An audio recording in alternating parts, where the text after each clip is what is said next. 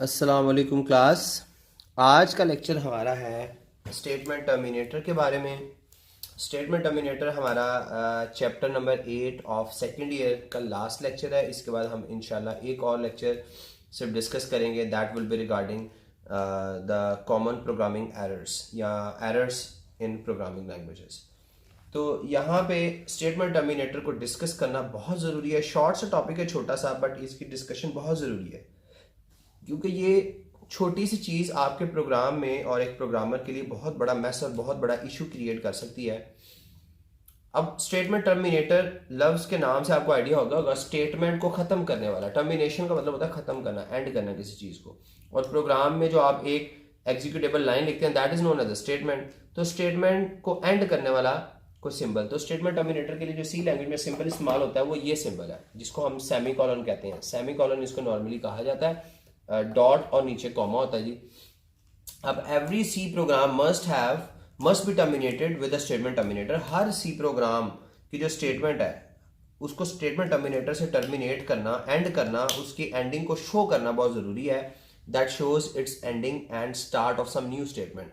Terminator बताता है कि यहाँ पे ये लाइन एंड हो गई है और इसके बाद जो भी लिखा गया होगा वो क्या होगा, वो कोई अगली लाइन होगी या नई लाइन होगी। क्लियर है? एग्जाम्पल मैंने आपके सामने यहाँ पे लिखी है कि ये हमारा प्री प्रोसेसर डायरेक्टरी के जरिए आयो लाइब्रेरी को ऐड करना। उसके बाद हमारा मेन फंक्शन का हेडर मिला। जैसे ही मेन का हेडर मिलता है तो आपको पता है मेन के हेडर को मिलते साथ ही मेन का ओपनिंग डिलीमीटर मिलता है। जैसे ही मेन का ओपनिंग डिलीमीटर मिलता है दिस विल शो कि यहाँ से हमारे प्रोग्राम की एग्जीक्यूशन स्टार्ट होनी है।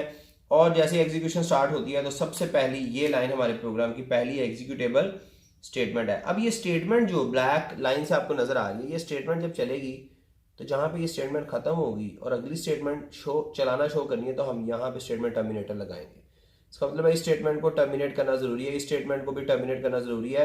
और सिर्फ इन स्टेटमेंट्स को नहीं, इसी प्रोग्राम में अगर आप कोई भी स्टेटमेंट लिखते हैं दैट मस्ट बी टर्मिनेटेड। मैंने यहाँ पे लिखा है every C statement must be terminated.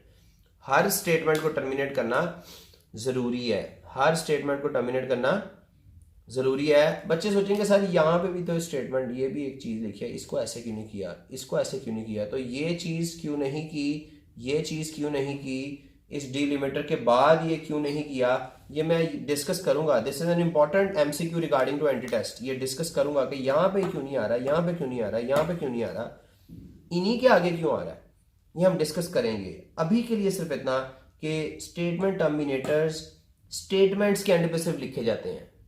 तो ये स्टेटमेंट्स होती हैं जो बॉडी में लिखी जाती हैं, ये स्टेटमेंट्स नहीं है। ये क्या है, ये क्या है, ये हम डिस्कस करेंगे बाद में। ये कुछ और है, दैट्स वाई इनके आगे स्टेटमेंट टर्मिनेटर नहीं आ रहा। दैट्स वाई यहाँ पे टर्मिनेटर नहीं आ रहा, इधर टर्मिनेटर नहीं आ रहा, इधर टर्मिनेटर नहीं आ रहा। इस पोर्शन में स्टेटमेंट्स के आगे टर्मिनेटर आ रहा है और टर्मिनेटर लिखना बहुत ज़रूरी है। क्यों ज़रूरी है? अगर आप टर्मिनेशन नहीं प्रॉपरली कर पाते, अगर आप स्टेटमेंट टर्मिनेटर डालना भूल जाते हैं, लिखना भूल जाते हैं, तो आपके 1000 लाइन ऑफ कोड वाला प्रोग्राम आपको एरर शो करेगा और बाद में उस एरर को फिगर आउट करना आपके लिए बहुत डिफिकल्ट हो जाएगा। और एरर छोटा सा क्या होगा जी, एक टर्मिनेटर नहीं बस डाला हुआ था। अगर एक सी लैंग्वेज के प्रोग्राम में किसी स्टेटमेंट के आगे टर्मिनेटर ना डालें तो कंपाइलर जो स्क्रीन पे एरर शो करता है, अगर एक सी लैंग्वेज के प्रोग्राम में स्टेटमेंट टर्मिनेटर आप डालना भूल जाएं किसी स्टेटमेंट के आगे, तो कंपाइलर उस लाइन नंबर के साथ जो स्क्रीन पे एरर शो करता है वो भी आपको इस short question point of view से ये पेपर में आता है, तो वो एरर भी आपको पता होना चाहिए। वो एरर ये होता है जी, स्टेटमेंट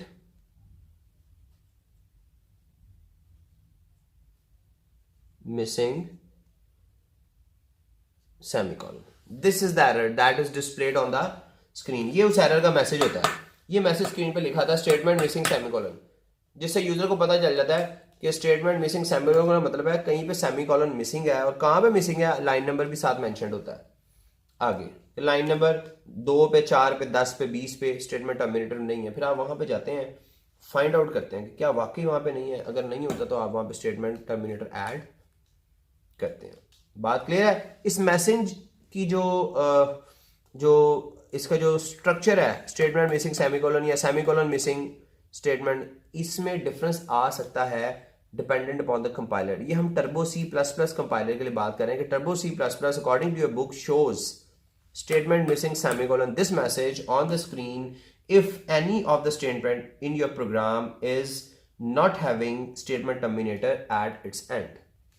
क्लियर है बात सबको? स्टेटमेंट टर्मिनेटर से रिगार्डिंग अगर कोई क्वेश्चन किसी बच्चे के माइंड में हो तो लाजमी मुझसे डिस्कस कीजिएगा। व्हाट्सअप नंबर मेरा डिस्क्रिप्शन पे गिवन है, आप उस पर वॉइस नोट करके अपना क्वेश्चन मुझसे डिस्कस कर सकते हैं। नेक्स्ट लेक्चर के लिए अपने आप को प्रिपेयर कर लीजिएगा। कॉमन प्रोग्रामिंग एरर्स का इस चैप्टर में से इंपॉर्टेंट लॉन्ग क्वेश्चन भी हो सकता है। टॉपिक है हमारा, उसको बुक से एक दफ़ा पहले रीड कर भी लीजिएगा और इंशाल्लाह हम उसको बड़ी ही डिटेल में डिस्कस करेंगे एज अ लॉन्ग क्वेश्चन, उसको मैनेज करके डिस्कस करेंगे। तब तक के लिए अल्लाह हाफिज़।